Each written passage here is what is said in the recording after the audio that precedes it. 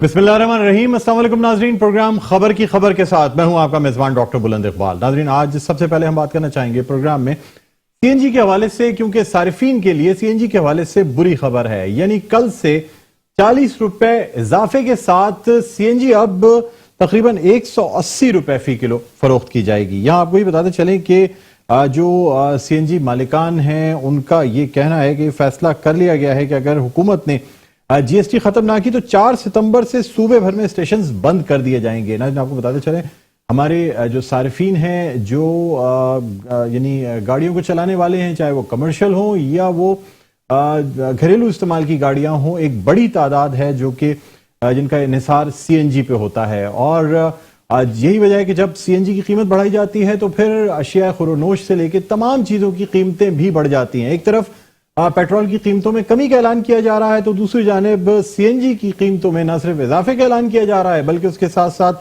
ये भी कहा जा रहा है सीएनजी स्टेशन मालिकान का कि अगर जीएसटी खत्म ना की गई तो फिर यानी ये जो सीएनजी स्टेशन हैं ये 4 सितंबर से मुल्क में मुकम्मल तौर पर बंद कर दिए जाएंगे। आपको बताते चले कि इसी हवाले से आज एक प्रेस कॉन्फ्रेंस की गई है ऑल पाकिस्तान सीएनजी एसोसिएशन की जानिब से, जिनके रहनुमाओं का ये कहना था कि अब पहले हमें यह कहा गया कि आप एलएनजी या आरएलएनजी पे इसको ट्रांसफर कर लें अपने सिस्टम को, लेकिन ये सिस्टम अभी इतना स्मूथ नहीं है कि अगर ये स्टेशन आरएलएनजी पे शिफ्ट कर जाते हैं तो फिर ये कोई देर पा इसका हल निकल सकेगा। यहां आपको ये भी बताते चलें कि सूबा सिंध वो सूबा है जहां गैस पैदा होती है। सवाल ये पैदा होता है कि अगर एक सूबा जो कि खुद गैस पैदा करता है, जिसका पहला हक गैस के ऊपर खुद है, वहां क्या जरूरत पड़ती है कि आरएलएनजी पे शिफ्ट करने की बात की जाती है। इसी वाले से बात करेंगे। इस वक्त हमारे साथ स्टूडियोज में ऑल पाकिस्तान सीएनजी एसोसिएशन के रहनुमा मौजूद हैं, साउथ जोन के कोऑर्डिनेटर हैं जनाब समीर नजमुल साहब, जिन्हें हम खुशामदीद कहना चाहेंगे। अस्सलाम वालेकुम। बहुत शुक्रिया समीर साहब, आपको खुशामदीद कहते हैं। इसके अलावा नाज़रीन, हमारे साथ ऑल पाकिस्तान सीएनजी एसोसिएशन के रहनुमा हैं शोएब खान जी साहब। अस्सलाम वालेकुम। शोएब खान जी साहब, आपको भी खुशामदीद कहते हैं। Thank you sir. समीर साहब, आपसे आगाज करते हैं। सर, क्या वजह है, पहले क्या ड्यूटीज थी और अब ये जो जीएसटी लगाई गई है इससे क्या फर्क पड़ा है? देखें, पिछले साल सुई सदर्न गैस कंपनी की तरफ से हमें बुलाया गया। हम तो इंडिजिनस गैस के ऊपर थे और मतलब स्मूथली अपनी जो सेल्स है वो 123 रुपए के हिसाब से सेल कर रहे थे सीएनजी को। हमें बुलाया गया और कहा गया कि जी अगर आप फौरी तौर पर आरएलएनजी के ऊपर शिफ्ट नहीं हुए तो हम आपको इनडेफिनेट पीरियड के लिए बंद कर देंगे। इसमें सुई सदर्न गैस कंपनी की तरफ से पूरी जो हायर ऑफिशियल इनके हैं वो सारे मौजूद थे उस मीटिंग के अंदर। एक तरह से थ्रेड किया गया हमें कि जी अगर आप नहीं चाहते हैं तो बस ये आपका लास्ट वीक है, इसके बाद आपको बंद कर दिया जाएगा। अच्छा, उस वक्त भी हमारे यही वो थे कि जी आपकी अपनी तो आरएलएनजी है ही नहीं।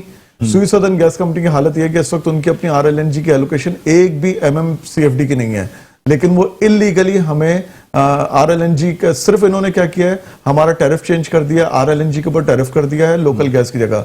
जो लोकल गैस हमें 1350 रुपए एमएमसीएफडी के अंदर मिलती थी वो ये इस वक्त हमने जो अभी मंथ एंड हो रहा है इसमें हमें तकरीबन 2100 रुपए एमएमबीटीयू के हिसाब से दे रहे हैं। इस वक्त भी कुछ इनके जो नूर नजर स्टेशन ऑनर्स है तकरीबन कोई 10% के करीब पूरे सिंध के अंदर, वो तो लोकल गैस के ऊपर ही चल रहे हैं, लेकिन बकाया तमाम स्टेशन को इन्होंने थ्रेट करके बाकायदा और फिर उसके ऊपर आरएलएनजी के ऊपर शिफ्ट किया गया, जो कि ना तो इनके पास अभी मौजूद है और ना होगी।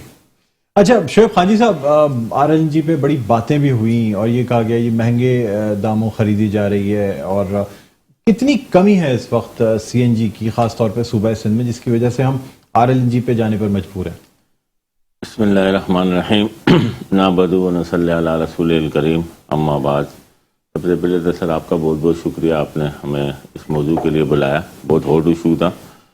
और इसके बाद जब तक आपने सवाल किया शॉर्टिंग का, शॉर्टफॉल तो सर देखें, गर्मियाँ अभी गुजर रही हैं और गर्मियाँ ही चल रही हैं, अभी विंटर तो आया नहीं है।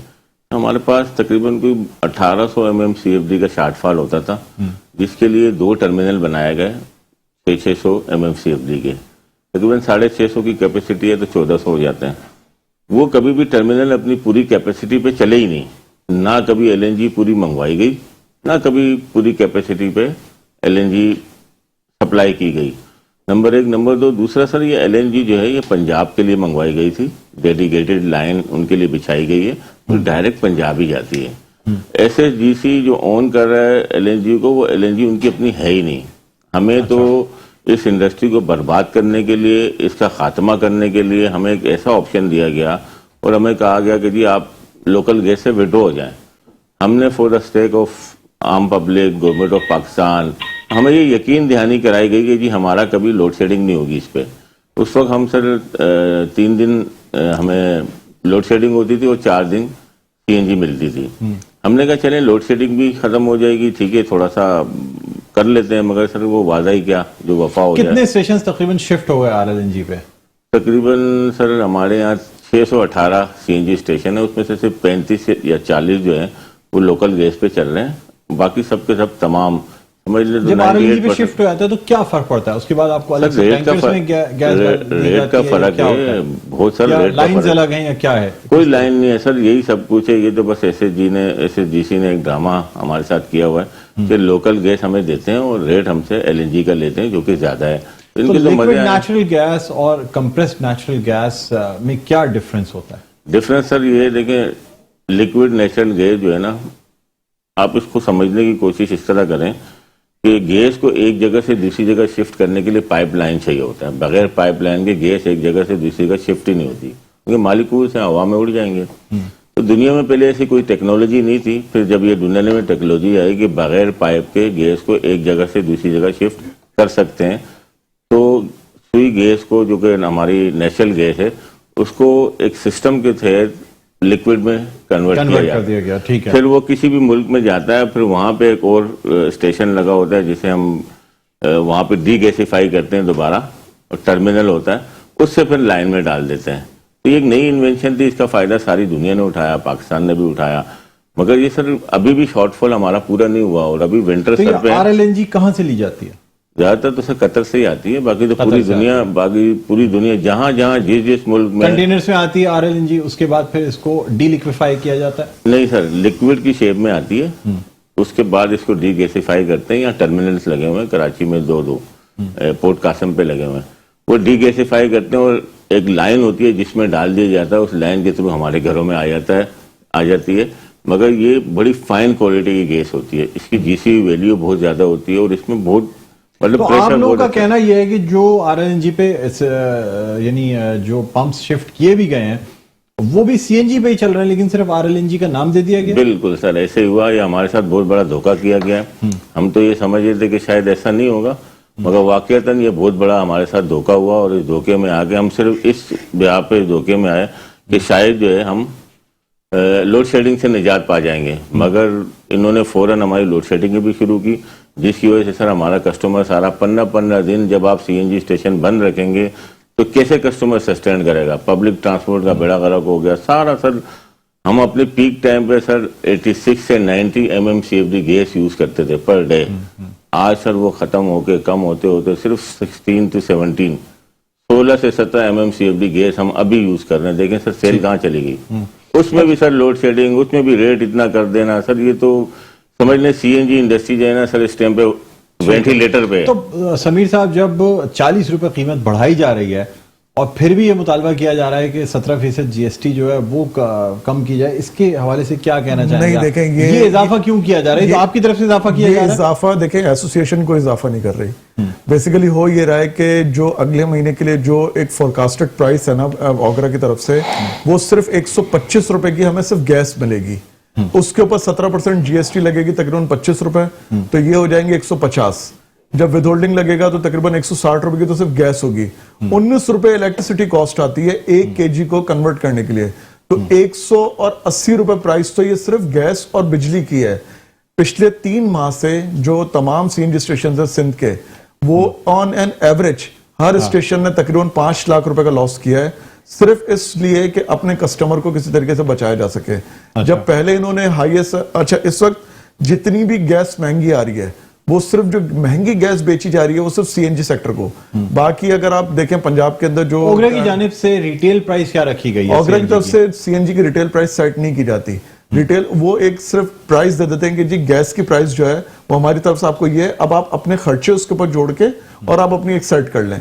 तो हम सिर्फ एक आइडिया दे देते हैं अपने मेंबर्स को कि जी ये इतनी जो है ना गैस प्राइस बनेगी, अब आप इसके ऊपर अपना प्रॉफिट वगैरह रख के चार्ज करें। लेकिन इस वक्त जो 180 रुपए की जो आपको बात पता लग रही है, 180 रुपए वो प्राइस है कि जो सिर्फ गैस और इलेक्ट्रिसिटी को मिला के है। इसके अंदर ना ओवरहेड एक्सपेंसेस हैं, ना हमारी लेबर कॉस्ट है, ना कोई प्रॉफिट है, कुछ भी नहीं है। मतलब ये अगर 180 में भी अगर हम सेल करेंगे तो उसमें सिर्फ हम गैस और इलेक्ट्रिसिटी के बिल्स पे करेंगे, इसके अलावा कोई किसी किस्म का प्रॉफिट नहीं होगा। जबकि जो हमारे मध्य मुकाबल जो 30, 35, 40 के करीब जो स्टेशन जो लोकल गैस के ऊपर हैं वो अभी भी 123 रुपए पे सेल कर रहे हैं। सर एक तरफ कीमत जब बढ़ाई जा रही है तो फिर 4 सितंबर से सीएनजी स्टेशन को बंद करने की बात क्यों की जा रही है? सर उसकी बुनियादी वजह यह है कि 180 रुपए में मुझसे सीएनजी लेगा कौन? अगर आप इसको 180 रुपए को अगर आप कन्वर्ट करें, मजबूर हैं इन टर्म्स देखिए जो गाड़ियां सीएनजी पे कई सालों से चल रही हैं उसमें पेट्रोल सिस्टम्स नहीं होते। 80% गाड़ियां ऐसी हैं, मैं कमर्शियल व्हीकल्स की भी बात कर रहा हूं, पब्लिक ट्रांसपोर्ट की भी बात कर रहा हूं और नॉर्मल घरेलू इस्तेमाल में आने वाली गाड़ियों की भी बात कर रहा हूं, जो कई सालों से गैस पे चल रही होती है तो उसके बाद में पेट्रोल सिस्टम नहीं होता। आप ये गैस 200 रुपए भी बेचेंगे तो सार्फिन मजबूर हैं कि वो लाइन में लग के आपकी सीएनजी तो डलवाएं। डॉक्टर साहब बात यह है ना कि क्यों मजबूर किया जा रहा है उनको, जब हमारी अपनी गैस है सिंध की और सिंध की सस्ती गैस है, तो फिर हमें RLNG पे कन्वर्ट करके उस गरीब आवाम को, देखें फ्यूल तो ये सीएनजी गरीब आवाम का फ्यूल था, बड़ी गाड़ियों वाले तो हाई ऑक्टेन भी डलवा लेते हैं और दूसरे फ्यूल भी यूज कर सकते हैं।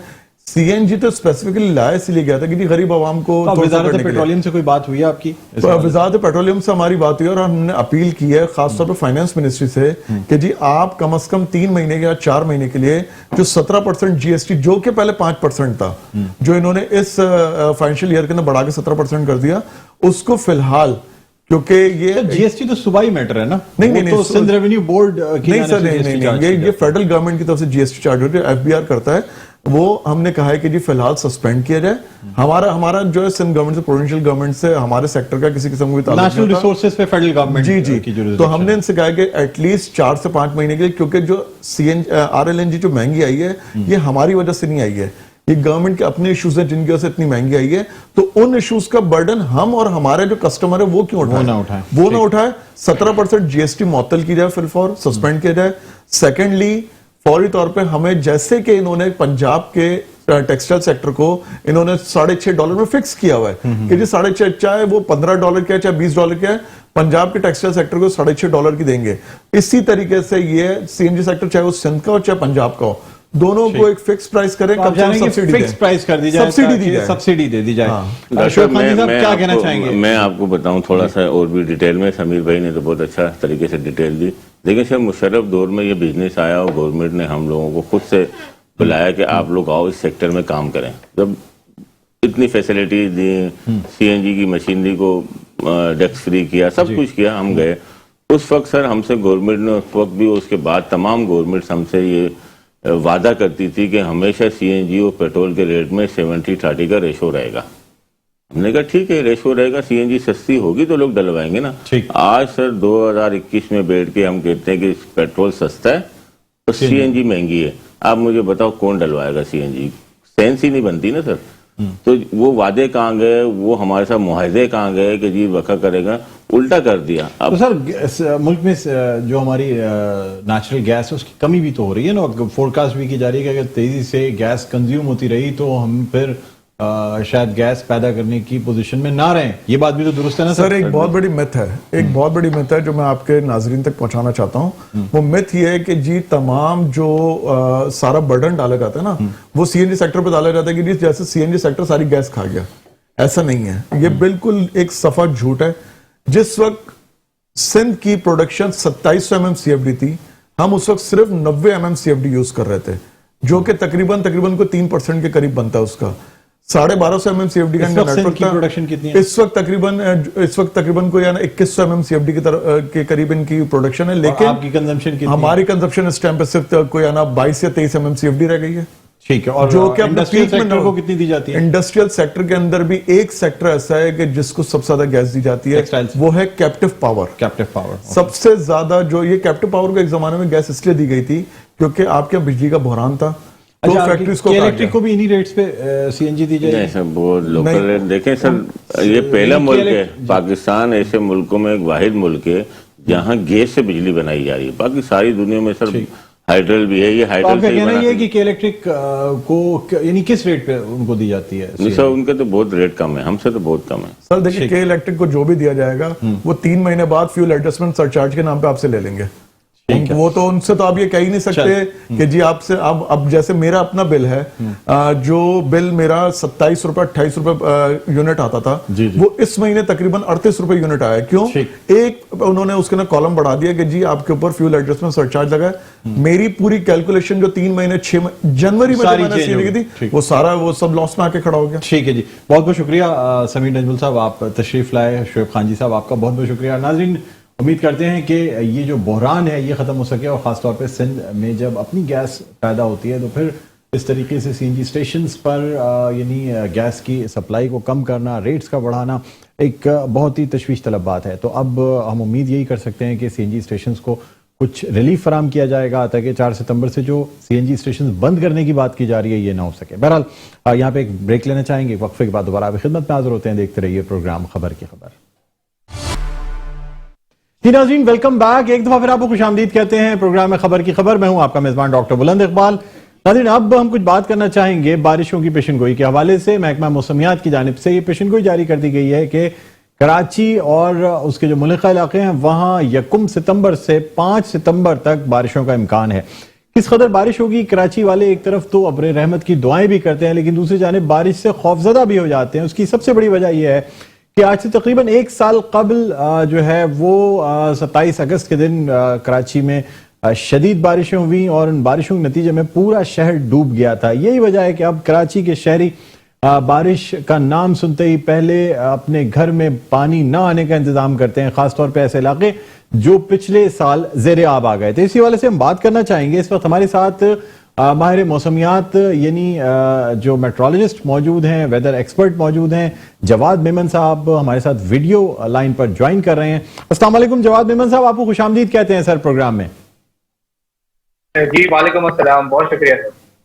जी जवाद साहब, क्या कहेंगे ये बारिशों की जो पेशनगोई की गई है और आपकी जानिब से क्या कहा जा रहा है? कराची में 1 सितंबर से यानी आज रात से ये बारिशें स्टार्ट होंगी और ये स्पेल कब तक रहेगा? जी बिल्कुल, ये एक फ्रेश मॉनसून सिस्टम जो है वो गुजरात के और राजस्थान के रास्ते जो है वो सिंध की तरफ मूव कर रहा है। और आज ही आपने देखा कि कराची के कुछ इलाकों में आज भी जो है वो बारिशें रिपोर्ट हुई है, जिसमें गुलशन हदीद, शहरिया टाउन के आसपास मलिर कैंट के कुछ रीजन में जो है वो बारिशें रिपोर्ट हुई है।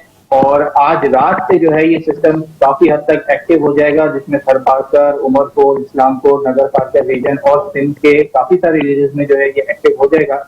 इनफैक्ट इस वक्त भी जब हम बात कर रहे हैं तो टंडो, अलायार, बख्तियारी, इन सारे रीजन में जो है इस वक्त हैवी शावर की रिपोर्ट्स मिल रही है। जबकि कराची शहर की अगर बात करें तो 1 तारीख से लेके 5 तारीख तक जो है इस सिस्टम के ज़ेरे असर जो है वो वाइड स्प्रेड बारिशें के इम्कान मौजूद है। अच्छा, मुझे ये बताइएगा कि किस हद तक बारिश का इम्कान है, यानी क्योंकि लोगों में थोड़ा सा खौफ भी पाया जाता है जब बारिश का सुनते हैं। एक तरफ गर्मी को कम करने के लिए बारिश की दुआएं भी करते हैं कि अल्लाह ताला की तरफ से जो है वो अब्र रहमत नाज़िल हो, लेकिन साथ साथ ये भी डर होता है कहीं ये अब्र रहमत जो है जहमत में तब्दील ना हो जाए। तो आप किस कदर बारिश एक्सपेक्ट कर रहे हैं? देखिए, अगर कराची शहर की बात करें तो ओवरऑल जो है वो लाइट टू मॉडरेट एक्टिविटीज जो है इन 5 दिनों में तो रहेंगी, जिसमें तकरीबन शहर के अक्सर इलाकों में जो है वो कहीं लाइट रेनफॉल तो कहीं मॉडरेट रेनफॉल। जबकि 2 तारीख से लेके 4 तारीख तक जो है ये सिस्टम अपने पीक पे होगा। तो 2 तारीख, 3 तारीख और 4 तारीख को कराची के काफी सारे एरिया से ये भी पॉसिबल है कि एक आध हैवी स्पेल भी हो जाए, क्योंकि अब तक जो भी प्रोजेक्शंस नजर आ रही हैं वो दिन ब दिन जो है वो जब भी मॉडल्स अपडेट हो रहे हैं हर 12 घंटे बाद, तो उनकी इंटेंसिटी में, बारिश की इंटेंसिटी में जो है वो कुछ हद तक वो इजाफा ही दिखा रहे हैं। अच्छा सर, क्या वजह है कि मॉनसून स्पेल अब कराची में थोड़ा लेट आता है, यानी अगस्त के आखिर या सितंबर तक ये मॉनसून स्पेल चला जाता है? पहले हम देखते थे कि जून जुलाई या खास तौर पे जुलाई और अगस्त जो होते थे उसमें ज्यादा बारिशें हुआ करती थी, लेकिन अब ये जो एक बाज़ दफा बड़ा स्पेल आता है वो अगस्त के आखिर में या सितंबर में कराची में आता है। क्या कहेंगे? देखिए, ये पिछले कुछ सालों से जो है हम नोटिस कर रहे हैं इस तरह के, इसमें जो है वो जिस तरह आपको पता है कि क्लाइमेट चेंज ने जो है वो पूरी दुनिया के मौसम को जो है वो तब्दील करके रखा हुआ है। रिकॉर्ड ब्रेकिंग इवेंट्स होते हैं, कहीं वाइल्ड फायर हो जाती है, कहीं अभी आपने रिसेंटली देखा कि मेडिटेरियन में यूरोप के बहुत सारे रीजन में जो है वो रिकॉर्ड ब्रेकिंग हीट वेव थी। उन इलाकों में जिसने शायद ही कभी 40 डिग्री या 35 डिग्री का देखा हो, वो 40 डिग्री प्लस चले गए थे, इवन के 48, 49 डिग्री तक भी कहीं ना कहीं रिकॉर्ड हुआ है। तो यही सारी वजूहत हैं कि अब जो ये ग्लोबल पैटर्न्स जो मौसम के हवाले से चेंज हो रहे हैं, यही हमारे मॉनसून सीजन को भी इफेक्ट कर रहे हैं। इनफैक्ट इस साल प्रिडिक्शन यही थी कि मॉनसून का सीजन जो है वो काफी जल्दी आ जाएगा। जून के दिनों में ही मॉनसून जो है वो हमारे यहाँ एंटर हो चुका था। कुछ एक आध स्पेल कराची के हमने देखा भी, कराची में हमने जून के एंड में जुलाई के आसपास, लेकिन उसके बाद आपने देखा कि जब से लेके तकरीबन 1.5 माह हो गया है, कोई प्रॉपर स्पेल जो है वो शहर की तरफ मूव नहीं हो पाया। यही वजह थी कि कुछ हाई प्रेशर सिस्टम्स जो थे वो पिछले 1-1.5 महीने से जो है वो यहाँ आके बिल्कुल स्टक हो गया था। कोई भी मानसून का सिस्टम आता था वो Rajasthan region, Gujarat region, even के थरपारकर रीजन, नगर पारकर रीजन में भी हमने देखा कि तेज बारिशें हुई हैं पिछले काफी सारे स्पेल्स में, लेकिन उससे आगे वो मूव नहीं कर पाता था। तो अब ये कंडीशन जो है वो काफी हद तक बेहतर हुई है। मानसून एक्सिस जो है वो स्टेट साउथ की तरफ मौजूद है, तो हमारे साउथर्न रीजन की तरफ। तो उम्मीद अब इंशाल्लाह यही है कि अब जो भी सिस्टम्स आएंगे वो तेजी से जो है वो सिंध की तरफ और पाकिस्तान के दूसरे एरिया की तरफ मूव करेंगे। सर, सबसे ज्यादा बारिश आपके कहने के लिहाज से 2 और 3 सितंबर को मुतवक्के है, यानी ज्यादा बारिशें जो हैवी रेंज है? देखें, 2 तारीख से लेके 4 तारीख तक जो है वो ये पॉसिबिलिटी नजर आ रही है कि हैवी स्पेल जो है वो हो सकता है। किसी इलाके में मॉडरेट, किसी इलाके में मॉडरेटली हैवी और किसी इलाके में मॉडरेटली हैवी शावर्स भी हो सकते हैं। स्पेशली जो नॉर्थ ईस्ट रीजन है, जिस तरह आज भी जहाँ जिन एरियाज को इस सिस्टम ने इफेक्ट करना शुरू किया है, जिसमें हमारा धैर्य town region, Nooriabad region, DHA city, Gulshan Hadeed highway के जो रीजन है, हमारे मनीर के जो रीजन है, ये जो थोड़ा सा शहर से जो दूर है, जो नॉर्थ ईस्ट की साइड पे पड़ते हैं, उन एरियाज में जो है यही एक्सपेक्ट किया जा रहा है कि यहाँ काफी हैवी रेनफॉल भी जो है वो एक आधा इवेंट यहाँ पर हो सकता है इन 3 दिनों के अंदर। ठीक है जवाद मेमन साहब, बहुत बहुत शुक्रिया, आपने प्रोग्राम के लिए वक्त निकाला। नाज़रीन, जवाद मेमन जो कि वेदर एक्सपर्ट हैं, वेदर एनालिस्ट हैं, हमारे साथ मौजूद थे। बाकायदा वेदर अपडेट और कराची वेदर अपडेट के नाम से इनके पेजेस जो हैं वो भी बड़े मकबूल हैं, लोग फॉलो करते हैं। और इनका ये कहना है कि 1 से लेके 5 सितंबर तक कराची में बारिशें हो सकती हैं। पर नाज़रीन, एक वक्फा लेना चाहेंगे। वक्फे के बाद जब आपकी खिदमत में हाजिर होंगे तो हम बात करेंगे बर्र-ए-आज़म एशिया के नोबेल प्राइज़ के हवाले से, जो कि सबसे बड़ा अवार्ड है। और रेमोन मैगसाइसाई अवार्ड जो है ये दिया गया है डॉक्टर अमजद साकिब को, जो कि अखुवत ट्रस्ट के बानी और चेयरमैन हैं। उनसे भी हम बात करेंगे, लेकिन एक छोटा सा वक्फा, वक्फे के बाद दोबारा आपकी खिदमत में हाजिर होते हैं। देखते रहिए प्रोग्राम खबर की खबर। जी नाज़रीन, वेलकम बैक। एक दफा फिर आपको खुशामदीद कहते हैं। प्रोग्राम है खबर की खबर, मैं हूं आपका मेजबान डॉक्टर बुलंद इकबाल। ब्रेक पे जाने से पहले हमने बात की थी इस बर्र-ए-आज़म एशिया के सबसे बड़े अवार्ड के हवाले से, जो कि रेमोन मैगसाइसाई अवार्ड कहलाता है, जिसे बर्र-ए-आज़म एशिया का नोबेल प्राइज भी कहा जा सकता है। 1958 से इस अवार्ड का आगाज किया गया और इस बर्र-ए-आज़म की बड़ी बड़ी शख्सियात जो कि समाजी, मुआशरती, फलाह व बहबूद के हवाले से गैर मामूली खिदमात अंजाम देती हैं, उनको ये अवार्ड दिया जाता है। और आपको हम बताते चलें कि हमारे बर्र-ए-आज़म एशिया और पाकिस्तान की एक ऐसी शख्सियत हैं जिनको इस साल इस अवार्ड से नवाजा गया है, जो कि बर्र-ए-आज़म एशिया का सबसे बड़ा एजाज है। यानी डॉक्टर अमजद साकिब, जो कि अखुवत ट्रस्ट के बानी और चेयरमैन हैं, उन्हें ये अवार्ड दिया गया। इस वक्त हमारे साथ वो ऑनलाइन मौजूद हैं, हम उनको खुशामदीद कहना चाहेंगे। अस्सलाम वालेकुम डॉक्टर साहब, बहुत बहुत शुक्रिया, आपने प्रोग्राम के लिए वक्त निकाला। खुशामदीद कहते हैं सर आपको। जी वालेकुम अस्सलाम जनाब, ये एजाज तो मेरा है कि आपने मुझे दावत दी। जी डॉक्टर साहब, आपको बहुत बहुत मुबारक हो ये अवार्ड हासिल करने पे। और आपसे जानना भी चाहेंगे कि हर साल सिर्फ 4 शख्सियात को ये अवार्ड दिया जाता है, तो सबसे बड़े बर्र-ए-आज़म से आप का ये नाम जो है ये सेलेक्ट किया गया, तो किस तरह से ये सब कुछ मुमकिन हुआ कि आपके नाम का इंतखाब हुआ? देखिए सर, इसका तरीकाकार ये होता है कि इस अवार्ड के लिए कोई अप्लाई नहीं करता, कोई लॉबिंग नहीं करता। ये जो फाउंडेशन है रेमोन मैगसाइसाई, ये फिलिपाइन में है और ये इनका एक अपना तरीकाकार है।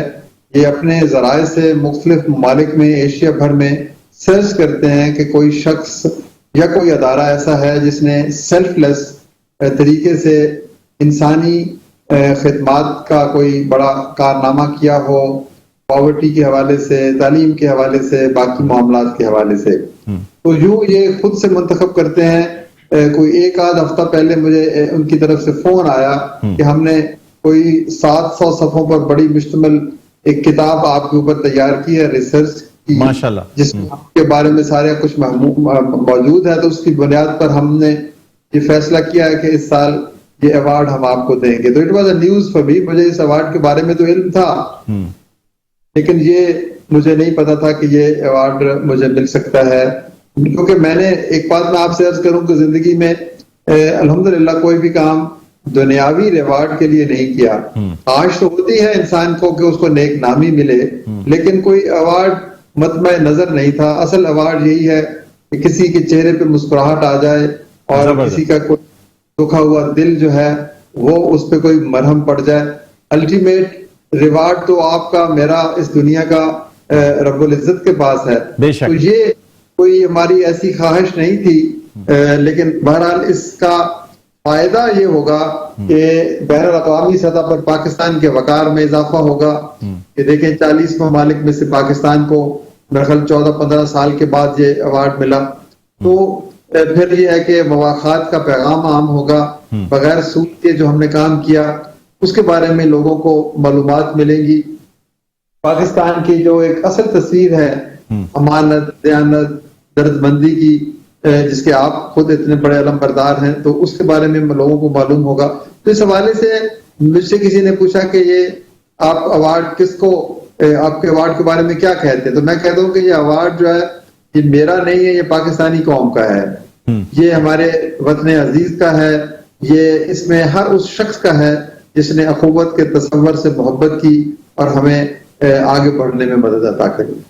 अच्छा, मुझे बताइएगा सर कि क्या वजह है कि नोबेल प्राइज, इसको भी एशिया का नोबेल प्राइज कहा जाता है, इस वक्त तमाम वेबसाइट्स हों या अखबारात की सुर्खियां हों, सब जगह आपकी तस्वीर के साथ यही लिखा जा रहा है कि एशिया का नोबेल प्राइज जो है वो डॉक्टर अमजद साकिब को दिया गया है, जो कि माइक्रो फाइनेंसिंग के पायनियर्स में से हैं। सर, मैं आपसे जानना चाहूंगा कि क्या वजह है कि नोबेल प्राइज में एशिया और खासतौर पर हमारे मुल्क को नजरअंदाज किया जाता है। हमारे यहाँ बड़ी बड़ी शख्सियात मौजूद हैं जिन्होंने बड़े बड़े कारनामे अंजाम दिए हैं, लेकिन फिर भी उन्हें नोबेल प्राइज के लिए जो है वो नामजद या मुंतखब नहीं किया जाता। क्या कहेंगे?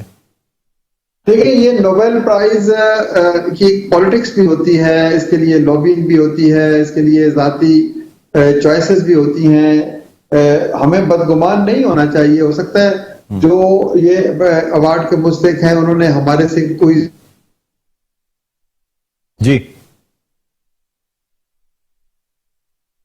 जी डॉक्टर साहब। अच्छा नाज़रीन, यहां आपको ये भी बताना चाहेंगे कि जिन बड़ी बड़ी शख्सियात को ये अवार्ड माजी में दिया जा चुका है, जो कि रेमॉन मैग साइसाई अवार्ड है, उसमें अब्दुल सत्तार ईदी साहब, बिल्किस ईदी को ये अवार्ड दिया गया है। इसके अलावा आसमा जहांगीर को ये अवार्ड दिया गया है, डॉक्टर अदीबुल हसन रिजवी को ये अवार्ड दिया गया है, और इस तरह बड़े बड़े लोग हैं जिन्हें ये अवार्ड दिया गया है। डॉक्टर रुतफाऊ को भी अवार्ड दिया गया था, और ये अवार्ड जो है अब डॉक्टर अमजद साकिब के नाम किया गया, और कई सालों बाद है कि ये एशिया का जो सबसे बड़ा अवार्ड है, एशिया का नोबेल प्राइज भी जिसे कहा जाता है, वो डॉक्टर अमजद साकिब अखवत के बानी और चेयरमैन जो हैं उन्हें दिया गया है। आपको ये बताते चलें कि कर्ज हसना यानी माइक्रो फाइनेंसिंग फराहम करना जो है वो दरअसल यानी उस हवाले से ये पायनियर्स हैं, बुनियाद डालने वाले हैं माइक्रो फाइनेंसिंग की। लोगों को कर्ज हसना देना, उनके बिजनेस में हेल्प करना, उनको तालीम के लिए कर्ज हसना देना, और अब कॉलेजेस और ये तमाम चीजें बनाना। डॉक्टर अमजद साकिब से हमारा राब्ता बहाल हो गया है। डॉक्टर अमजद साकिब साहब, मुझे सर ये बताइएगा कि ये जो आपने कर्ज हसना का मॉडल बनाया और जिस तरीके से लोगों को ये माइक्रो फाइनेंसिंग फराहम की गई, जिसकी वजह से आपको सेलेक्ट किया गया है, क्या कहते हैं आप? आपको पायनियर ऑफ माइक्रो फाइनेंसिंग इन पाकिस्तान भी कहा जाता है, क्या कहेंगे सर? नहीं, देखिए, मैं पायनियर नहीं हूं। कर्ज हसन आज से 10,000 साल पहले भी दिया जाता था। जब से इंसान बना है हम एक दूसरे के मोहताज हैं। 1000 साल 2000 साल पहले भी किसी भाई ने अपनी बहन को या बहन ने अपने भाई को कर्ज दिया होगा और सूद नहीं दिया होगा। हमने क्या किया है, हमने एक जो रवायत है, जो हमारे मुआशरे में एक आम प्रेवलेंट प्रैक्टिस है, उसको इंस्टीट्यूशनलाइज किया है। तो ये कोई हमने असरे नौ कोई नई चीज दरियाफ्त नहीं की। हमें जो अल्लाह ताला ने तौफीक दी है, हमने कहा कि कर्ज हसन एक इस्लामी रवायत है, इसको अगर हम बड़े पैमाने पे करना हो तो कैसे किया जाए। तो अल्लाह ताला ने उसने हमें कामयाबी अता फरमाई।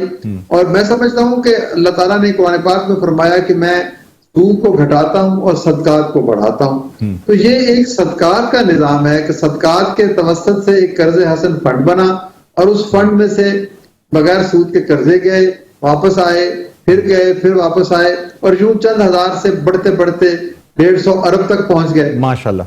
अच्छा सर, ये आपसे जानना चाहूंगा कि अभी मैंने ये बात भी नाजरीन को बताई कि बड़े बड़े लोग जिसमें ईदी साहब हैं, बिल्कीस ईदी हैं, डॉक्टर रुतफाओ हैं और दलाई लामा और ऐसी शख्सियात को ये अवार्ड दिया गया। जब आपको ये अवार्ड दिया गया तो आपके एहसासात और जज्बात क्या थे, मुख्तसरन बता दीजिएगा।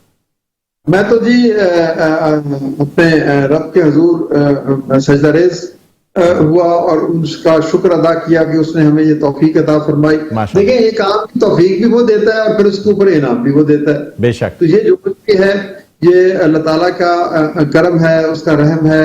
और बस ये दुआ की कि अल्लाह ताला हमें इस रास्ते से कहीं हम भटक ना जाए, ये इसके ऊपर इस्तकामत से चलते रहें, तभी उसकी रहमतों की जो बारिश है वो हम पर होती रहेगी, हमारी कौम पर होती रहेगी। तो ये ख्वाहिश जरूर उभरी कि अल्लाह ताला हमारे वतन के कोने कोने से गुर्बत के अंधेरों को दूर करे। आमीन। और इस हसन के तवस्सुत से हम एक नए उफक तक पहुंच सके। आमीन आमीन। बिल्कुल हम भी दुआ गो हैं कि अल्लाह ताला आपको आपके मकसद में कामयाबी अता फरमाए और इसी तरह आपको मुख्तलिफ अवार्ड्स और जो एजाज़ात हैं वो मिलते रहें। डॉक्टर साहब, बहुत बहुत शुक्रिया, आपने प्रोग्राम के लिए वक्त निकाला। एक बात मैं कहूंगा कि अवार्ड की दुआ मांगने से ज्यादा आप वादा करें कि आप भी मुवाखात के पैगाम को लोगों तक पढ़ाते रहेंगे। बिल्कुल, यही सबसे बड़ा अवार्ड है। बिल्कुल बिल्कुल, इंशाल्लाह इंशाल्लाह। बहुत बहुत शुक्रिया डॉक्टर अमजद साकिब साहब, आपने प्रोग्राम के वक्त निकाला। नाजरीन, डॉक्टर अमजद साकिब फाउंडर और चेयरमैन अखुआ ट्रस्ट हमारे साथ मौजूद थे, जिन्हें रेमॉन मैग्सेसे अवार्ड दिया गया है और इस खित्ते की एशिया की बड़ी बड़ी शख्सियात को अवार्ड माजी में दिया जा चुका है, जो कि डॉक्टर अमजद साकिब को अवार्ड दिया गया है। बहरहाल नाज़रीन, इसी के साथ प्रोग्राम का वक्त अपने इख्तिताम पर पहुंचता है। मुझे बुलंद इकबाल को इजाजत दीजिए। अपना बहुत ख्याल रखिएगा। अल्लाह हाफिज।